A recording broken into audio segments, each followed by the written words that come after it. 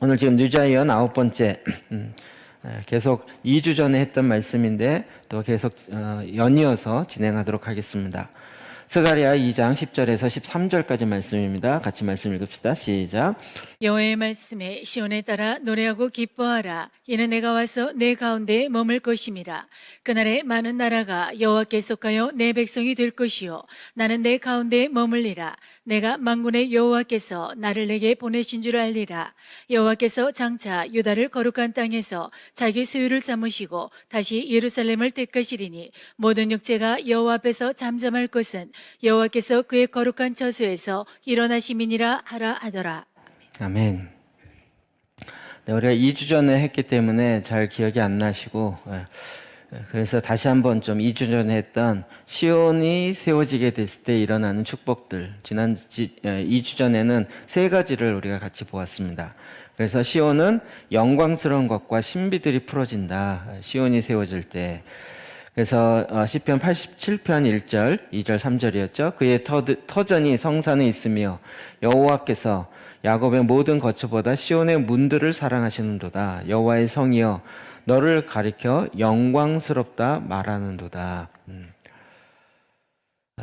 그래서 이 시온이 세워지면서 그곳에서 하나님이 계시가 임하고 그 계시가 풀어지는, 그리고 말씀이 신비인데 이 신비가 풀어지는 일들이 계속 일어난다는 거죠. 그러니까 이 시온을 세우는 것은 너무나도 귀한 것이고, 특별히 이 마지막 때 우리 모두에게 주어지는 아주 강력한 메시지고 하나님의 경륜이고 전략이기도 합니다. 또 두 번째로 이렇게 시온이 세워지는 것을 원수가 가장 두려워합니다. 거기서 떨림이 그들을 사로잡으니 고통이 해산하는 여인의 고통 같도다. 주께서 동풍으로 다시스의 배를 깨트리시는도다. 다시스로 가는 배를 깨트리시는 하나님의 능력이 나타나기 때문에 이 원수들은 이 시온이 세워지는 걸 가장 두려워하는 거죠. 반대로 무엇일까요? 우리는 이 마지막 때 시온을 세우는 것이야말로 가장 중요한 하나님 나라의 아주 핵심적인 전략이라는 것을 알 수 있습니다.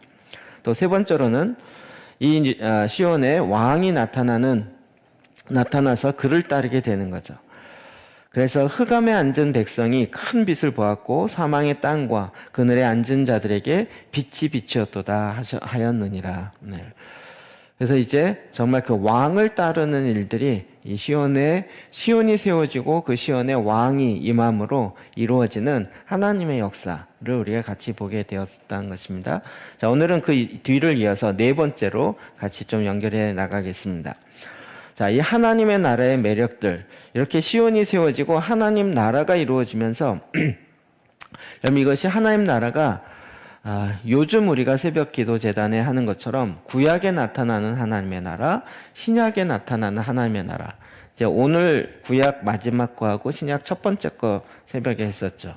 그리고 이제 신약에 했던 거 쭉 끝나면 다시 장차 실제적으로 나타날 하나님의 나라.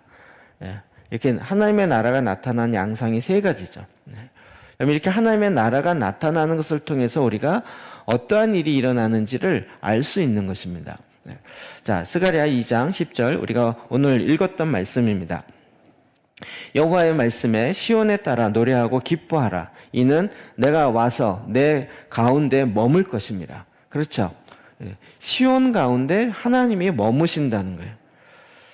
자, 하나님이 시온에 머무시면 어떻게 될까요? 11절 그날에 하나님께서 이 시온에 머무는 그날에 많은 나라가 여호와께 속하여 내 백성이 될 것이요 나는 내 가운데에 머물리라. 내가 만군의 여호와께서 나를 내게 보내신 줄 알리라.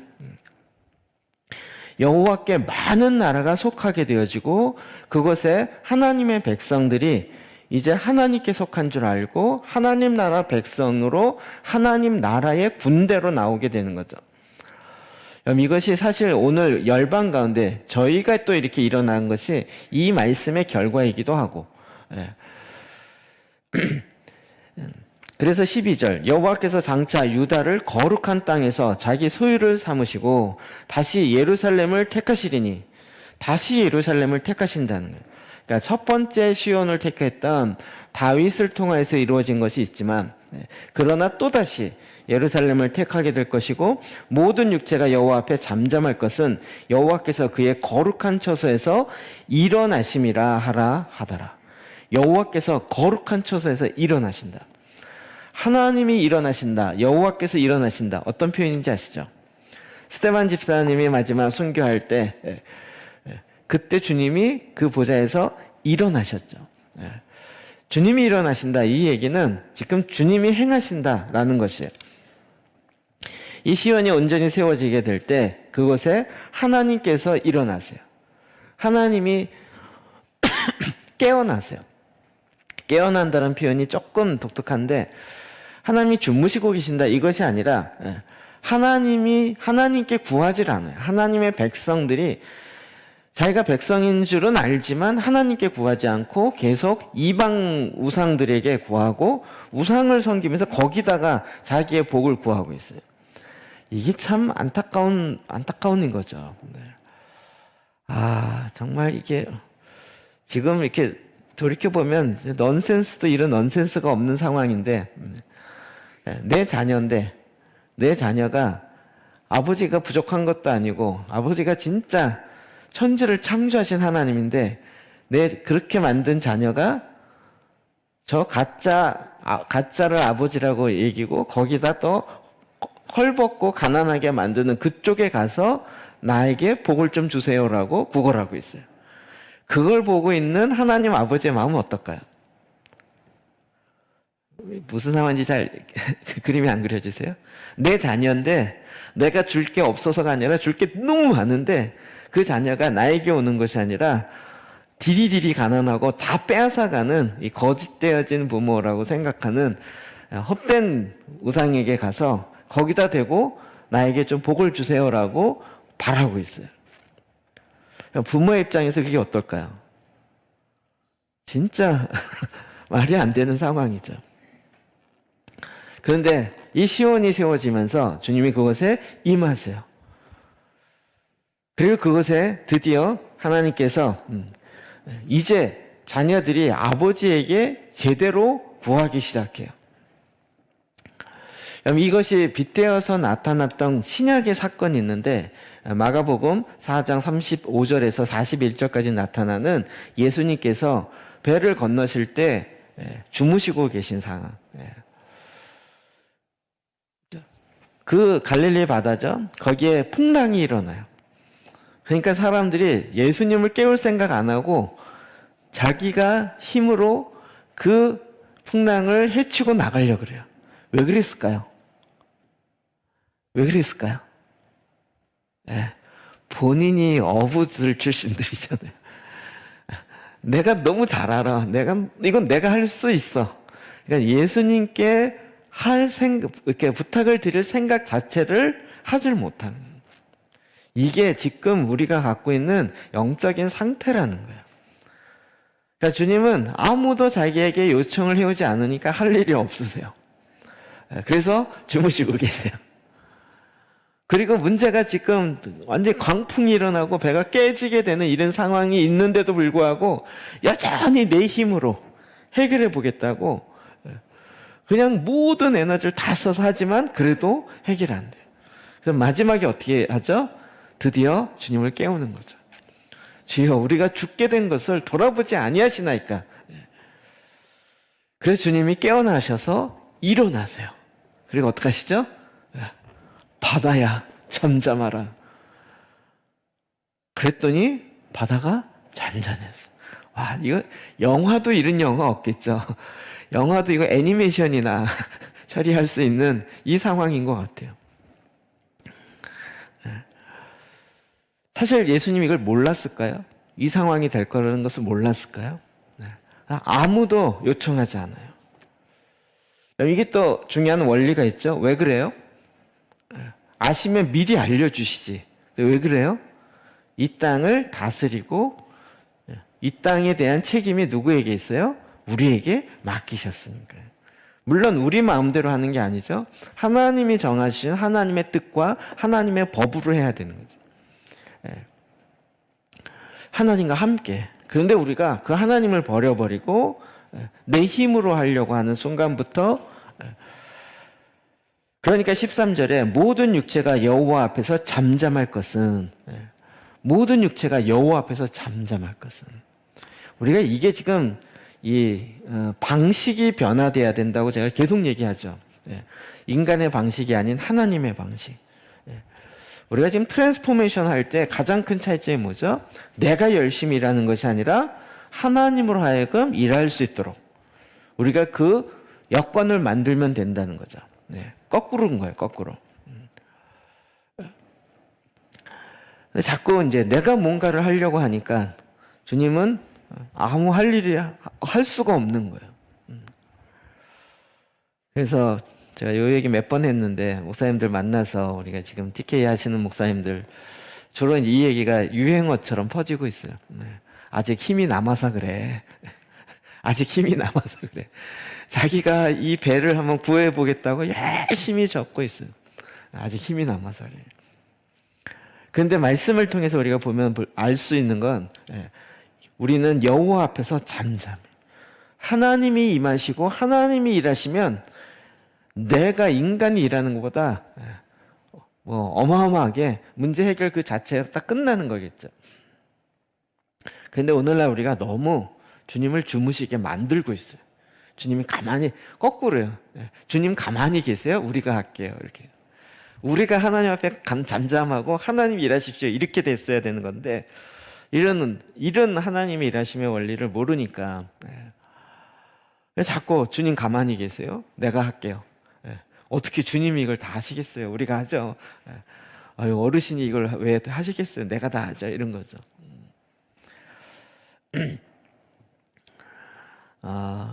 우리는 이제 이 하나님의 일하시는 전략에 굉장히 중요한 이 시온을 세워짐으로 하나님이 하나님의 나라를 이루어 가시는 하나님의 전략을 우리가 아는 거죠.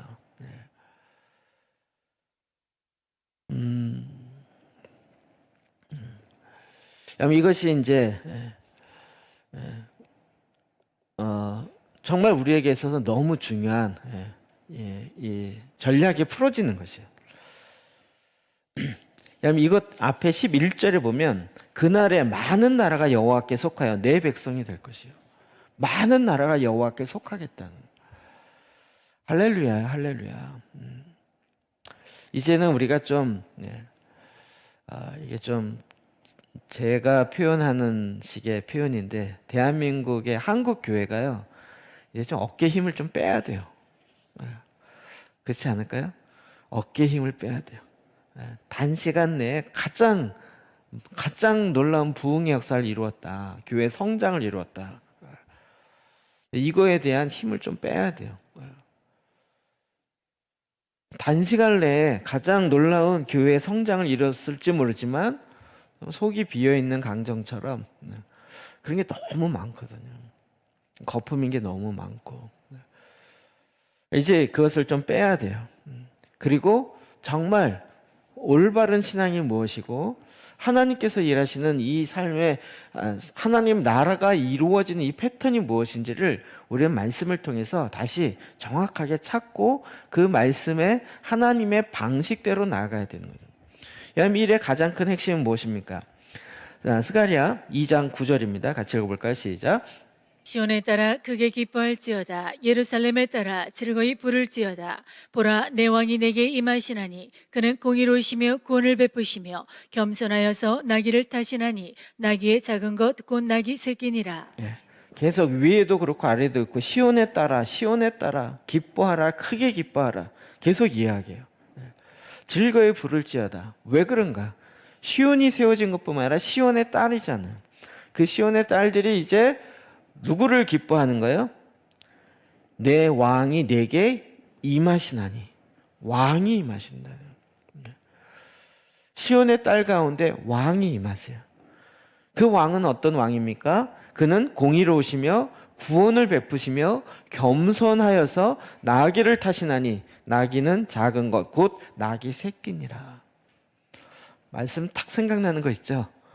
이 신약에 예수님이 요한복음 12장 15절이요. 시작. 이는 기록된 바 시온 따라 두려워하지 말라. 보라 너의 왕이 나귀 새끼를 타고 오신다함과 같더라. 예. 그래서 주님이 말씀을 응하게 하시려고 나귀를 타고 오셨어요. 근데 말씀을 응한다는 것뿐만 아니라 이것이 갖고 있는 의미가 뭐죠? 이게 지금 왕이 오신다는 거예요. 근데 그 왕이 나귀를 타셨다. 이 얘기는 뭘까요? 그 왕이 폭군의 왕이 아니라 겸손의 왕이신 거예요. 우리를 섬기시는 왕이신 거예요. 네. 신부가 신랑을 기다리는데 신랑이 막 폭력 쓰는 신랑 이러면 무섭죠. 안 왔으면 좋겠죠. 그런 것이 아니라 정말 오히려 나를 섬기는 신랑이 오시는 거예요. 나를 구원하시는 그러니까 그 왕이 오심으로 모든 문제가 다시 제 위치를 차지하고 다시 정리가 되는 거죠. 주님이 오심으로 이 질서가 딱 잡히는 거예요. 네. 그럼 이런 게 금방 무슨 말인지 아시겠죠? 이 하나님 나라에 이와 같은 일들이 끊임없이 일어나요. 자, 왕이 오신다. 왕이 오신다. 왕이 오신다. 오늘 새벽에 기도재단 했던 거 생각나시나요? 신약에 있어서 하나님의 나라가 나타나는 것에 있어서는 두 가지가 다 있어야 되는데 천국이 갖고 왔느니라 이거 앞에 뭐가 있어요? 회개하라. 회개하라의 구약적 의미는 뭐예요? 아버지께로 돌아간다. 신학적 의미는 거기에다가 플러스 왕이 임하신다는 거예요. 예. 그게 메타나이라는 거죠. 메타나이. 왕이 임하셔서 다스린다는 거예요. 그러니까 우리가 지금 회개한다는 뭘 의미해요? 그것을 빗대어서 보면 우리가 진정한 왕의 다스림을 받는 게 아니라 어둠의 권세자의 다스림을 받는 거예요. 죄의 권세자의 다스림을 받는 거예요. 그러니까 엉뚱한 왕을 섬기고 있었어요. 그걸 바꿔야죠. 우리 마음에 왕을 바꿔야 되는 거예요. 게다가 이제 거기에 결국은 누가 앉고 싶은 거예요? 내가 앉고 싶은 거죠. 이게 누구 속성이에요? 사탄의 속성이죠. 하나님이 앉는 자리에 누가 앉고 싶은 거예요? 지가 앉고 싶은 거죠. 그러니까 사탄은 결국 우리 안에 어떤 마음을 계속 집어넣어요? 네가 이걸 따먹는 날에 너도 하나님처럼 될 거야. 자꾸 이렇게 꼬시는데 거기에 홀라당 넘어가는 거죠. 내가 하나님 되고 싶어 하는 마음. 그러니까 우리가 회개해야 된다. 이것에 왕이 바뀌어야 된다는. 그렇죠. 잘못된 왕을 섬기고 있었으니. 아니 이게 언약적 개념으로 보면 진짜 남편이 아니고 엉뚱한 남편을 섬기고 있어요. 그럼 당연히 남편도 아니죠. 엉뚱한 남자. 그러면 당연히 돌아와라. 돌이켜라. 이게 당연한 거죠. 왕이 바뀌어진. 그러니까 우리가 지금 이런 부분에서 주대심과 로드십 대심, 그러니까 구세주 대심과 왕 대심, 이 두 가지가 다 회복돼야 된다는 거예요. 근데 오늘날 이거 자꾸 갈라놨다는 거예요. 갈라놨어요. 예수님이 나의 죄를 위해서 십자가에 죽으신 거, 그것을 믿는 자에게 구원을 주시는 구세주 되심은 오케이. 그러나 나의 왕이 되는 건 싫어. 이렇게 되는. 제가 인도네시아 아발라보 교회에 갔을 때 거기 계속 얘기한 게 뭐냐면 로드식 구원을 얘기한 거예요. 주대심의 구원을 이야기를 한 거죠. 굉장히 중요한 거예요. 이게 우리 속사람으로 얘기하면 우리가 법적 칭의적 관계에서 구원을 얻었다. 여기서만 끝나는 것이 아니라 이제는 실제적으로 우리가 나의 주인 대신 주님과 깊이 있는 관계로 들어가도록 돌파가 일어나는. 왕을 바꾸려니까 얼마나 힘들겠냐고요.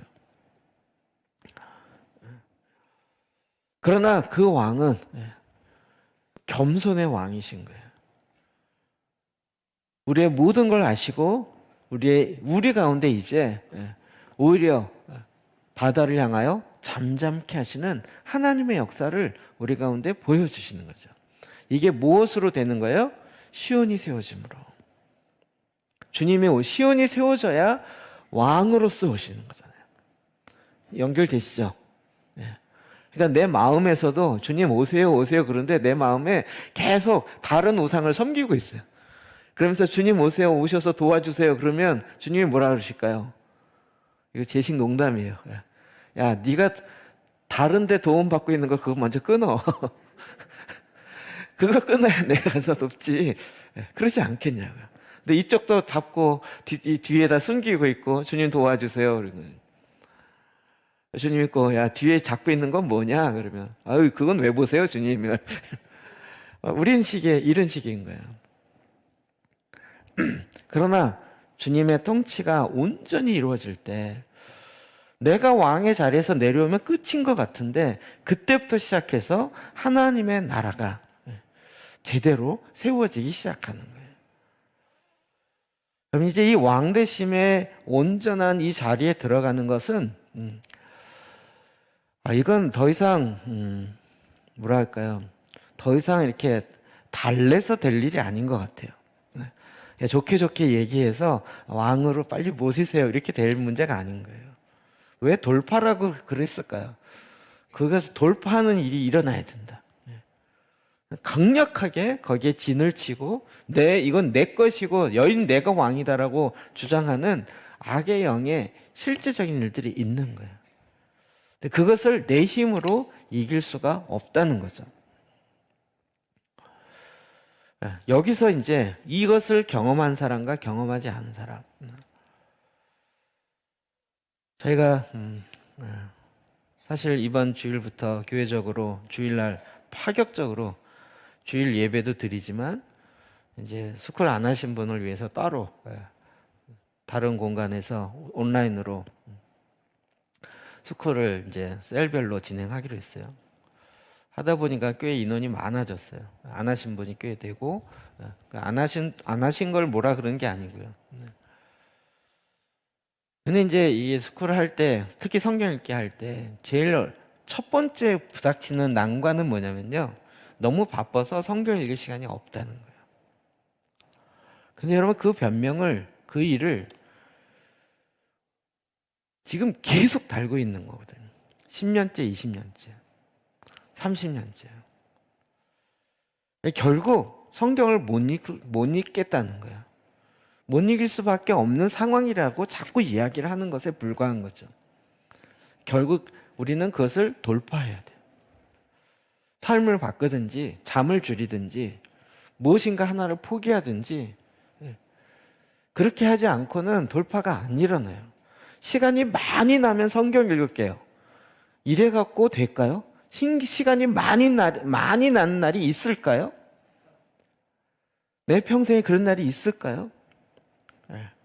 그런 날 오지도 않아요. 그런 날이 오면 또 다른 걸로 바빠요. 뭐 산에 가야죠, 바다에 가야죠, 뭐 이것저것 해야죠. 다른 걸로 너무 바빠요. 그래서 그 부분에 타협할 수 없다는 거예요. 그러나 하나님 앞에 온전히 내어 드릴 때 그리고 왕으로서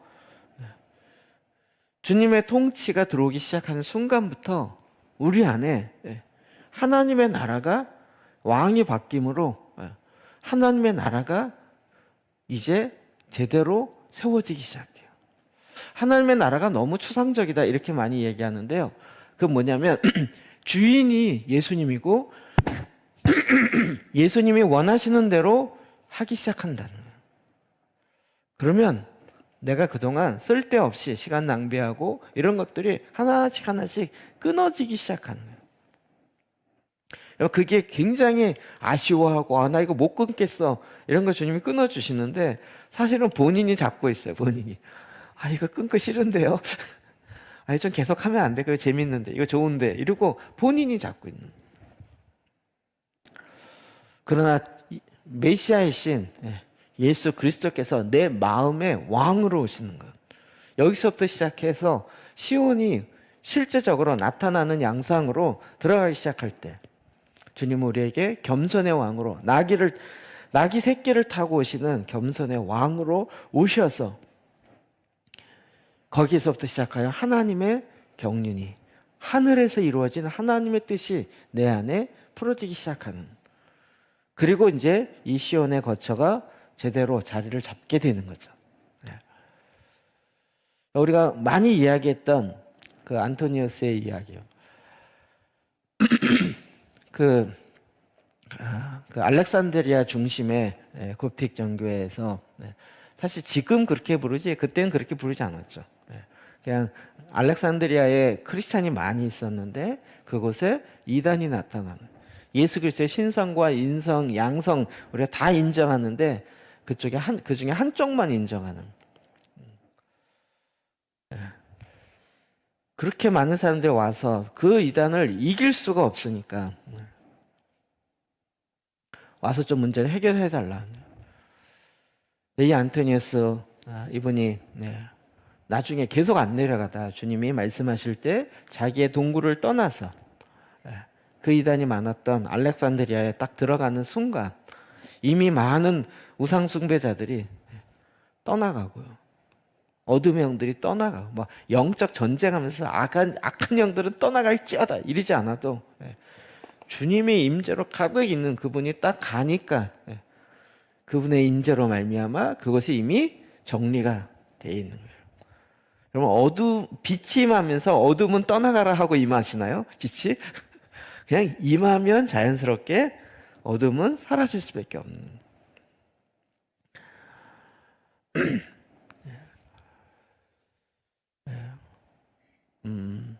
이게 지금 하나님 나라의 엄청난 매력인 거죠. 그러니까 하나님이 일하시는 방식 이런 부분인 거죠. 그러니까 이게 성경에 나오는 특별한 믿음의 위인들만 가능하다. 위인이라는 단어 아예 쓰지 맙시다. 그냥 믿음의 사람들. 히브리서 11장에 나타나는. 거기에 누구도 있어요? 누구도 있어야 돼요? 나도. 오늘날. 이 시대에 우리가 감당해야 될. 그래서 우리 안에 하나님의 나라가 이루어지는 것을 본다라는 거죠. 본다. 여러분 이게 이제 점차 믿음이 생기시죠. 그러니까 우리의 이 세상의 어떠함은 문제 될 게 없어요. 그게 문제예요. 막 또 자꾸 이거 자꾸 이렇게 제가 막 이렇게 소설을 쓰고 싶은 마음이 드는지 모르겠어요. 주님 앞에 나가서 주님 난 머리가 나빠서 문제예요. 막 머리 자꾸 치면서 난 머리가 공부를 워낙 안 하고 막 이게 문제예요. 주님이 뭐라 그러세요? 문제 없다. 네가 머리가 나빠서 내가 널 불렀다 오히려. 머리 좋은 애들은 지 머리 좋은 걸로 하려고 하니까 머리 나빠서 불렀다 이렇게 제식 농담이라 그랬어요. 나는 가진 게 없고 가난해서 이게 안 돼요. 뭐 일을 할래도 가진 게 있어야죠. 이 세상에 아무래도 돈이 필요해요. 주님이 뭐라 그러세요? 그래서 불렀다. 거기서부터 시작해서 하나님의 일하심이 나타나기 시작하는 할렐루야죠. 우리는 이와 같은 하나님의 일하심, 그러니까 하나님 나라가 임한다라고 했을 때도 이미 구약부터 시작해서 이와 같은 일들이 쭉, 물론 거기에 잘못 해석하고 오해됐던 부분이 있지만 이제는 우리가 더 정확하게 봐서 어떻게 갈 때 잘못 가는가 과거의 경험들 통해서 더 알 수 있게 되는 거죠. 자, 두 번째로는요, 다섯 번째죠. 이 시온이 세워지면서 일어나는 축복은 구원의 능력이 풀어지기 시작하는 거예요. 요한계시록 22장 17절입니다. 같이 읽어볼까요? 시작. 성령과 신부가 말씀하시기를 오라 하시는도다. 듣는 자도 오라 할 것이요 목마른 자도 올 것이요 또 원하는 자는 값없이 생명수를 받으라 하시더라. 아멘. 구원의 능력이 풀어진다. 이거 혹시 또 잘못 이해하면 다른 구원이 있다는 얘기야? 이렇게 오해할 수 있어요. 근데 그것이 아니라 정말 이 구원의 핵심이 되어지는 이 십자가의 은혜가 풀어진다는 거죠. 십자가의 은혜가 풀어진다. 자, 우리가 십자가의 신비라고 얘기하는 것이 두 가지 측면이죠. 제가 이제 자꾸 말을 이게 아니고 저겁니다 이렇게 얘기하니까 이게 아닙니다에 좀 힘들어하시는 분이 있는데 말을 제가 이게 패턴을 바꿔야 되는지 잘 안 바뀐 거예요. 이게 아닙니다가 아니라 이것은 일부이고 이것도 있습니다. 이렇게 얘기해야 돼요. 십자가가 사명도 있지만 십자가를 지고 나를 따르라 이랬을 때 내가 나에게 주어진 사명도 있지만 또 뭐가 있어요? 십자가를 지고 따르라는 게 속사람으로 얘기하니까 나의 옛사람이 그리스도와 함께 죽고 나의 새사람이 그리스도와 함께 살아서 그 새사람으로 말미암아 주님을 따르는 삶을 살아라. 이게 십자가를 지고 주님을 따르라는 의미라는 거죠. 요거 두 개 다 이해되셨죠?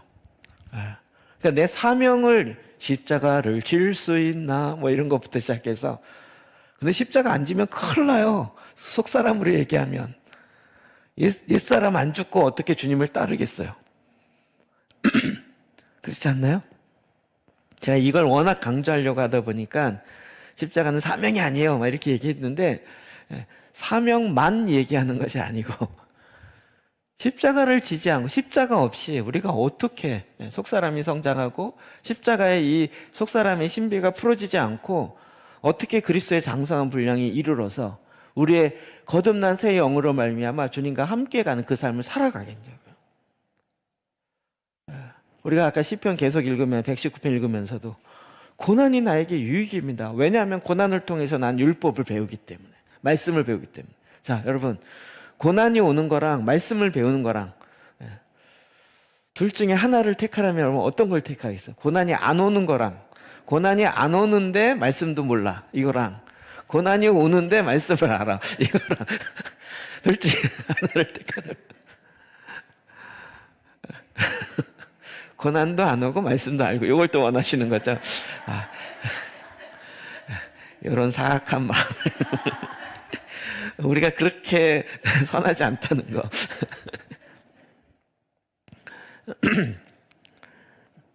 정말 이 놀라운 신비가 풀어져요.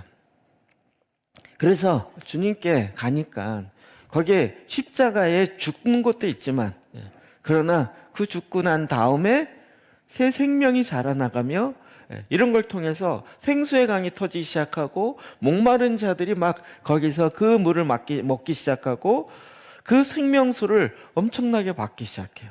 왜요? 예수 그리스도에게 연결되니까. 그리스도에게 연결되니까 거기서부터 오는 생명수가 끊임없이 와요. 근데 연결되려면 어떻게 해야 돼요? 내가 하던 거 다 지우고 예수님의 가지에 접붙임 받아야 돼요. 접붙임 받을래도 어떻게 해야 된다고요? 끝이 깨끗해야 된단 말이에요. 접붙임 사진 전에 보여준 거 기억나시나요? 제대로 붙어 있어야 된다는 거죠. 그러니까 정말 이런 것들 이렇게 저는 느끼면서 와 정말 하나님의 웬 은혜인지. 이제 우리의 마음이 조금씩 바뀌고 입술의 고백도 조금씩 바뀌죠. 여러분 이제 고난 안 오는 게 좋으시겠어요? 네. 이제 조금 알겠죠? 고난은 나에게 유익입니다. 나의 고난이 왜 유익이에요? 옛사람을 죽이는 것에. 근데 여러분 고난 없이 옛사람 죽일 수 있는 분 고난이 안 오는데 내 옛사람을 마구 이게 쉽지 않잖아요. 고린도전 12장 13절입니다. 시작. 우리가 유대인이나 헬라인이나 종이나 자유인이나 다 한 성령으로 세례를 받아 한 몸이 되었고 또 다 한 성령을 마시게 하셨느니라. 아멘. 그리스도 안에서 우리가 어떻게 거듭나고 어떻게 주님의 자녀가 되었는가? 예수 그리스도 안에서 동일한 한 성령으로 한 세례를 받아서 한 몸을 이루었어요. 근데 한 몸을 이루다 보니까 이 세상에서는 주인과 종의 관계예요. 근데 종이 받은 성령도 같은 성령이고 주인이 받은 성령도 같은 성령이에요. 그래서 우리는 그리스도 안에서 한 몸을 해서 이게 그러면 우리가 그 윌버퍼스라고 영국에서 노예제도를 폐지한 윌버퍼스요. 제가 몇 번 이야기했죠. 그분이 크리스찬이었고 그 당시 영국 의회가 대부분 다 기독교였지만 기독교인이었지만 이 법을 통과시키려고 하지 않았어요. 왜요? 자기가 그런 목화 사업부터 시작해서 노예를 데리고 하는 사업을 했기 때문에. 그래서 아무리 상정해도 안 돼요. 그 죽기 전에 이게 법이 만들어졌단 말이에요. 우리나라에 그래서요 사실은요 우리나라에 이 양반과 쌍놈이라고 이야기하는 이 신분 제도가 어떻게 없어졌는지 아세요? 여러분 이게 없어진 거 우리도 인지도 못하게 없어지죠. 여러분 양반 있으세요? 쌍놈 쌍놈이라고 얘기하니까 좀 우리 뭐야 일제 말 그 조선 말기에 굉장히 심했잖아요. 근데 어느 순간 없어졌어요.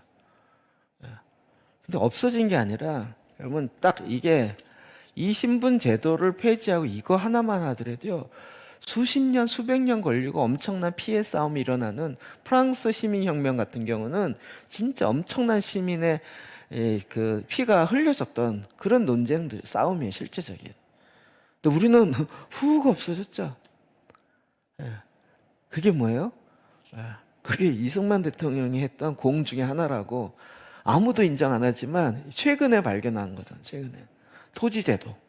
왜요? 다 양반들이 토지를 갖고 있는데 이거를 그냥 나눠주겠냐고요. 이 토지제도와 신분제도를 이 한국에서 딱 끊어낸 건 해방 이후에 그렇게 어려웠지만 그래서 그 당시에 했던 정책들이요 어마어마한 거예요. 그런데 이게 1948년 이때 일이잖아요. 그런데 1세기에 이미 로마 시대에 노예가 더 많았어요. 그런 시대에 이미 기독교 공동체 안에는 신분제도가 끝나버렸어요. 노예도 주인도 그리스도 안에서 한 성령으로 한 세례를 받아서 한 몸을 이뤘어요. 얼마나 혁명적이냐고요. 이게 피 한 방울 흘리지 아니하고 이런 일이 초기 기독교 안에 일어난단 말이에요. 어마어마한 거죠. 그러니까 기독교는 굉장히 그런 면에서 어떤 한쪽 면에서는 굉장히 혁명적일 수밖에 없어요. 근데 이게 구원의 역사가 계속 이렇게 일어나요. 남자도 여자도. 여러분 그 당시에 여자 인간 취급을 안 했단 말이에요. 선거권 준 지가 얼마 안 돼요. 한 인간으로서 취급한 지가 얼마 안 된단 말이에요. 지금 현대 와서 그나마 뭐 그 여권 뭐 운동이라니 뭐 이런 거 하잖아요. 지금은 너무 나가서 문제인 경우도 있지만. 근데 1세기 이미 그게 됐던 게 뭐냐면 한 성령으로 말미암아 세례를 받고 한 몸을 이룬다라는 게 이미 그 안에. 그래서 사도 바울이 이제 내가 육체로 알지 않겠다. 노예를 노예로만 아는 게 아니라 그 안에 거듭난 영을 통해서 알게 이렇게 이야기하는 거예요. 요엘서 2장 32절입니다. 시작.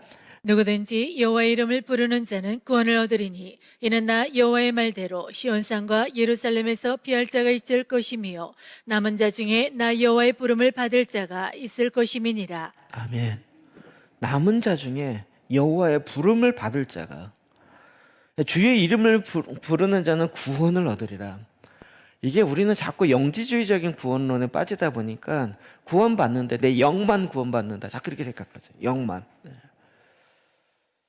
이게 글로벌 문화의 영향이라고 우리가 계속 얘기를 듣는 거죠. 내 육은 육은 어차피 썩어질 거, 버려질 거. 죄 많은 이 세상은 내 집 아니니 빨리 내 영이 거하는 거처로 빨리 본향으로 돌아가자. 이런 생각이 굉장히 많이 쩔어 있었잖아요. 이게 이제 영지주의적인 구원이 아주 밑바탕에 쭉 깔려 있다는 거예요. 그런데 누구든지 주의 이름을 부른 자는 구원을 얻으리라. 이 말씀이 우리에게 너무나도 중요한 것은요. 이 실제가 일어나는 첫 번째 사건이 뭐였어요? 우리가 지난 주일날 봤던 오순절 사건이에요. 자, 21절과 39절 같이 읽어볼까요? 시작. 누구든지 주의 이름을 부르는 자는 구원을 받으리라 하였느니라. 이 약속은 너희와 너희 자녀와 모든 먼데 사람 곧 주 우리 하나님이 얼마든지 부르시는 자들에게 하신 것이라 하고. 아멘. 누구든지 주의 이름을 부른 자는 구원을 얻으리라. 여러분 이 요엘서 말씀의 인용이라 그랬죠. 여긴 다들 쉽게 아멘, 뭐 괜찮아, 좋지라고 얘기하실 거예요.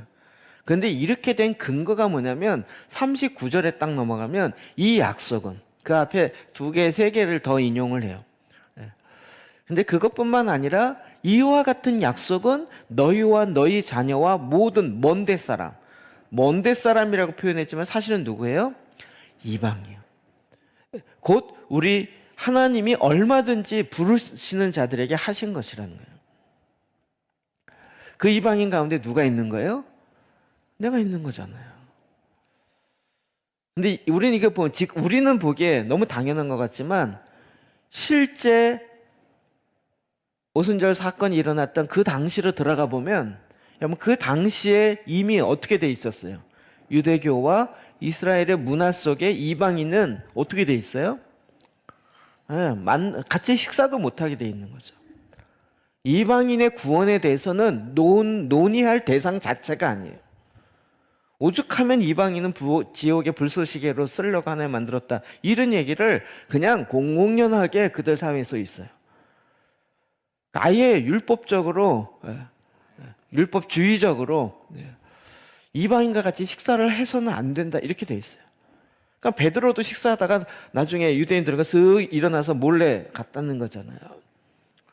이런 것이 아주 팽배한 이 시대에 요엘서의 말씀이 지금 이루어지고 있다. 이 얘기는 베드로의 설교가 엄청나게 혁명적인 거예요. 그 앞에 구약의 4,000년 동안 그 말씀을 제대로 풀어내지 못하고 있었는데 그걸 율법주의적으로 풀어내고 있었는데 베드로가 예수님께 이 말씀을 제대로 이해하고 제대로 받으면서 이 방언이 각 난곡 각각의 언어로 받아들일 수 있는 것은 열방 가운데 충만하라는, 온 땅에 충만하라는 하나님의 이 구원의 역사가 이루어진 것이다. 이게 그 징조고 그 사인이다. 이렇게 얘기하니까 모든 사람이 그럼 나도. 그래서 그날 구원받은 사람이 몇 명이에요? 3,000명이에요. 그리고 4장에 이제 5,000명. 그리고 이제 5장, 7장 넘어가면 수많은 무리들. 거기에 이방인들, 유대인 이제 구분을 하지 않게 되는 거예요. 그 장벽을 확 뛰어넘었어요. 예수님의 제자들이 예수 그리스도가 하나님이 보내신 줄 믿고 그들 안에 예수 그리스도의 통치가 이루어지기 시작하면서 이런 놀라운 변화의 역사였어요. 근데 거기서 멈추는 것이 아니라 요엘서 이제 다시 올라가 보면 남은 자 중에 여호와의 이름을 받은 자가 있을 것입니다. 부름을 받은 자, 본인의 소명이 주님께 부름을 받은 자.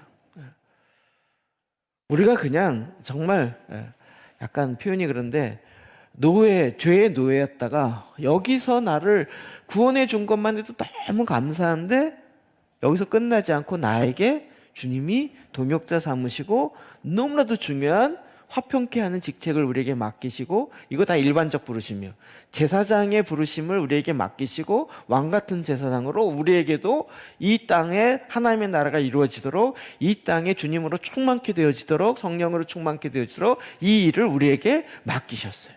그래서 하나님의 임재의 운반자가 되게 하셨고, 우리를 빛으로 창조해서 빛을 비추게 하셨고, 우리 이방인조차도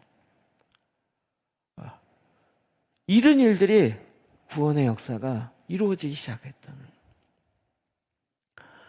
이게 왕이 임하셔서 왕으로 말미암아 통치가 되어지면서 구원의 역사예요.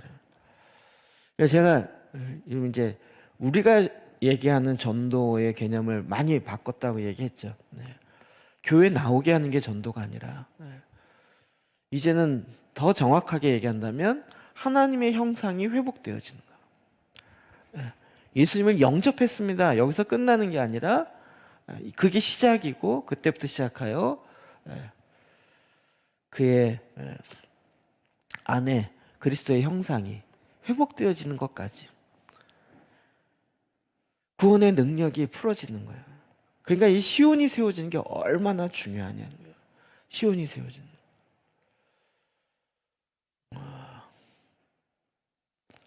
저는 한국 교회에 그런 면에서 이게 하나님의 기가 막힌 타이밍이었구나. 왜냐하면 1907년에 평양 대부흥이 일어나잖아요. 근데 3년 뒤에 1910년에 한일 합방이 일어나면서 36년간의 식민지 생활이 들어가요. 그렇죠? 그러다가 중간에 1919년에 3.1운동 한번 일어나고, 그러다가 박해.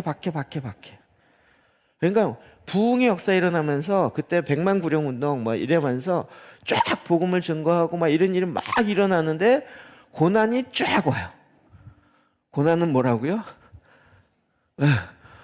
구원을 받자마자 고난으로 확 훈련시켰어요. 표현이 죄송한데 구원을 받자마자 센 불로 확 달고 왔어요. 그래가지고 그랬더니 민족성이 확 바뀌어버렸어요.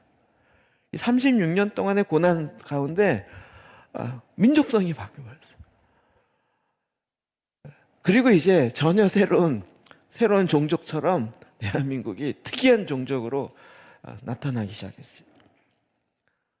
그리고 이제 하나님 주신 그 마음을 가지고 기도하고 나라를 위해서 기도하기 시작하고, 그리고 정말 하나님의 뜻을 구하기 시작하는 희한한 나라. 그리고 초기에는 뭣도 모르고 기도했지만 하나님 동방의 예루살렘이 되게 해주세요 이러고, 그 말의 뜻이 뭔지 잘 모르고 기도했던 것 같아요, 제가 보기엔. 그런데 막 감히 이 아시아의 제사장 나라가 되게 해주세요 이러면서 막 기도하고, 그게 뭔 의미인지 모르고 아마 했을 텐데, 그런데 하나님은 그 기도를 다 녹음해 놓으셨던 거 아니겠어요? 그리고 그 일을 지금 계속 완성하고 계세요. 우리는 이제 기독교 국가, 소위 말하는 예수를 믿는 사람이 100%인 나라를 만드는 게 목적 아니에요. 그건 중세에 많이 이미 테스트해 봤다니까요.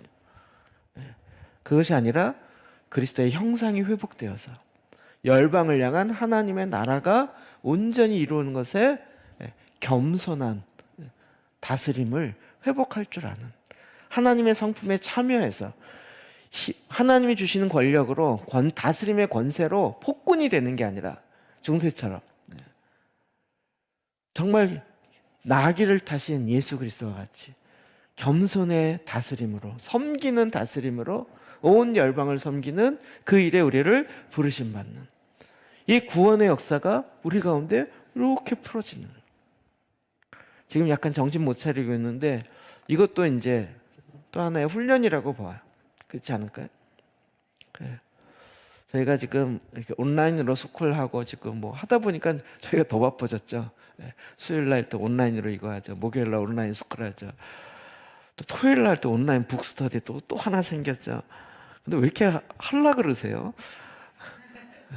주일 날 또 하죠. 뭐 하는 게 너무 많잖아요. 근데 그 정도 배우면 되지 않았어요? 근데 왜 이렇게 못해서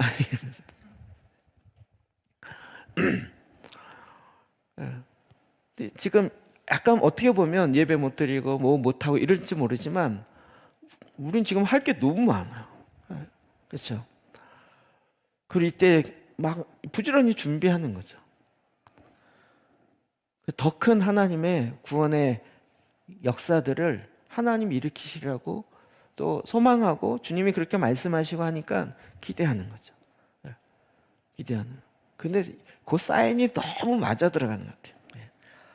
그와 같은 일을 우리가 생각하는 한국의 대형 아주 대표적인 큰 교회가 한다 그러면 어떻게 생각할 것 같으세요? 당연하다 이렇게 되는 거죠. 근데 웬 시골에 있는 이상한 교회가 하겠다고 나서지 않나? 또 이상한 사람들이 또 하겠다고 하지 않나? 이런 게 다 뭐냐면 하나님의 일하심의 패턴이에요. 그러니까 우리는 온라인으로 다 들으시는 분들은 뭐 제대로 뭐 이런 소위 말하는 세상적으로 갖춘 이런 게 아닌 사람들이에요. 근데 그게 더 감사한 거예요. 왜요? 그러기 때문에 주님을 의지하잖아요. 주님 나는 못하지만 주님은 행할 수 있습니다. 주님 하십시오. 구원의 역사를 이루십시오. 많은 분들이 나라를 위해서 기도하다가 그동안 이렇게 기도하세요 저렇게 기도하세요 기도를 많이 했었는데 나라는 더 어려워지는 것 같다는 거예요. 어떻게 기도해야 될지 모른다는 거예요. 나라를 위해서 제목으로 기도하는 것이 아니라 나라를 향한 하나님의 뜻이 무엇인지, 데스티니가 뭔지, 국가적 데스티니. 또 기도도 내가 제단의 제물이 되어서 하나님의 방식이 이루어지도록, 하나님의 경륜이 이루어지도록, 우리나라 좋은 나라 잘 살게 해주세요. 이런 기도는 1950년대, 60년대 해서 하나님이 기특해서 들어주실지 몰라요. 근데 오늘날도 우리가 그렇게 기도할 거냐고요. 하나님 대한민국 좋은 나라, 잘 사는 나라, 잘 살아보세가 이루어지는 나라, 배고프지 않는 나라가 되자, 이런 기도를 하시겠냐고요. 이제는 우리가 장성한 자가 되어서 하나님께서 이 땅을 향한, 열방을 향한 하나님의 섬김, 하나님의 계획하신 경륜이 풀어지도록 하는 그 일을 우리가 이제는 감당할 때가 넘었죠. 그것을 향해서 달려가야 되는. 오늘 2개밖에 못했는데 나머지는 다음 주에 다시 또 해야 돼서 할 게 너무 많아요. 이런 구원의 능력이 풀어지기 위해서도 우리는 시온을 세우는 것. 내 마음에서, 우리 가정에, 우리의 교회에, 우리의 직장에. 제단이, 가장 핵심은 제단이 세워지고, 그리고 그것에 주님의 통치가 이루어지는 시온을 회복하는 것. 이것이야말로 하나님께서 이야기하셨던 하나님의 나라가 임하는 하나님의 전략이시고, 또 우리에게 이 계시를 계속적으로 풀어주고 있는 거죠. 저와 여러분이 정말 하나님의 방식 앞에 순종하여서 정말 주님과 함께 동행하여 걸어나가는 이 믿음의 역사에 있기를 주의 이름으로 축복합니다. 기도하시겠습니다.